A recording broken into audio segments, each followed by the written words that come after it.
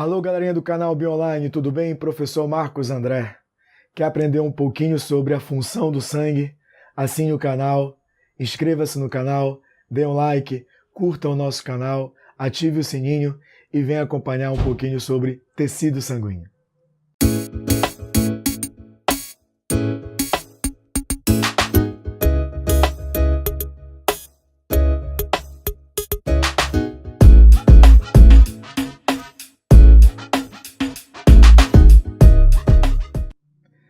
Galerinha, quando a gente fala sobre tecido sanguíneo, a gente tem que caracterizá-lo como um tipo de tecido conjuntivo. O tecido conjuntivo ele é caracterizado por células mergulhadas numa grande quantidade de substância intercelular.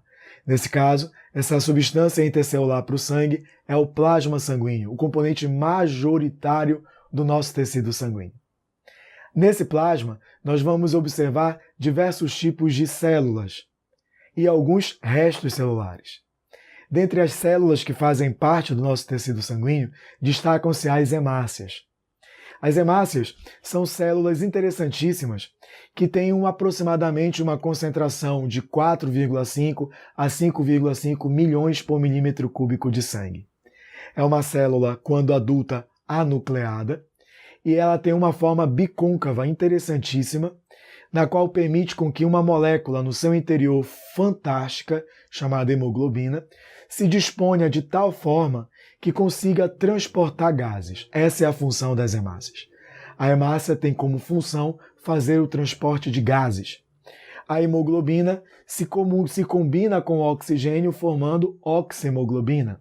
Pode se ligar ao dióxido de carbono formando a carbohemoglobina e se liga ao monóxido de carbono formando a carboxiemoglobina. Esta última ela é prejudicial da saúde porque ela pode inutilizar o transporte de oxigênio e causar asfixia. Um outro detalhezinho importante, que embora a carbohemoglobina seja formada, mas ela não é a principal forma de transporte de gás carbônico. O gás carbônico é transportado principalmente na forma de íons bicarbonato no plasma sanguíneo. Turma, há uma situação interessante. Quando você sobe para elevadas altitudes, o teu organismo ele precisa aclimatar. Quanto mais alto, menos oxigênio. E isso faz com que o teu organismo produza uma proteína chamada de eritropoetina. E o que essa proteína vai fazer? Estimular a diferenciação do eritroblasto em eritrócito, aumentando o número de hemácias.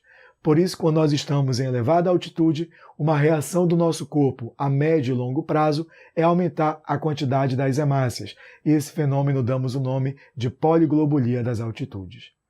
Os glóbulos brancos, por sua vez, numa quantidade de 5 a 10 mil, tem autores que colocam de 7 a 10 mil, são células específicas nos nossos mecanismos de defesa.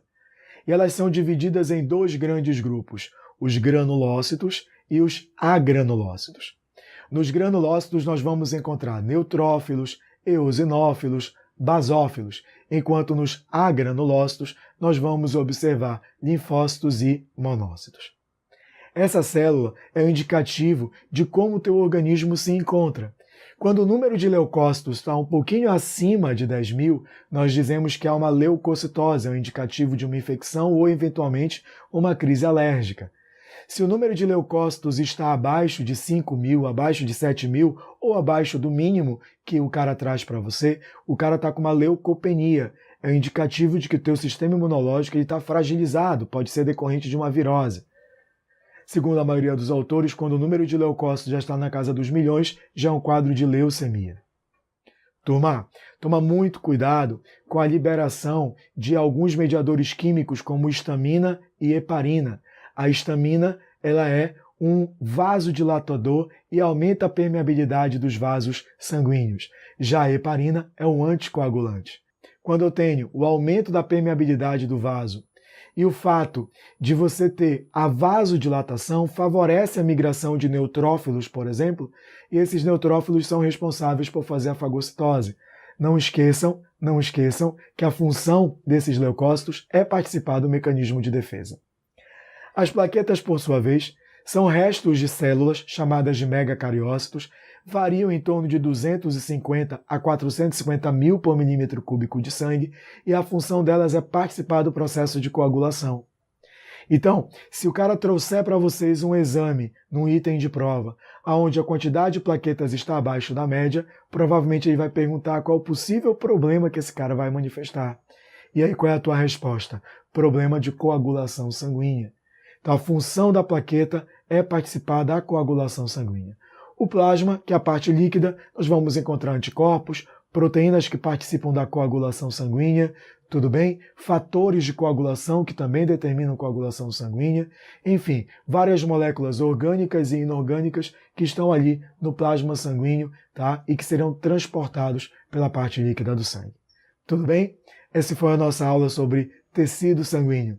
Assine o canal e continue com o Bioline para a gente se preparar com muito mais força para você fazer uma boa prova de vestibular.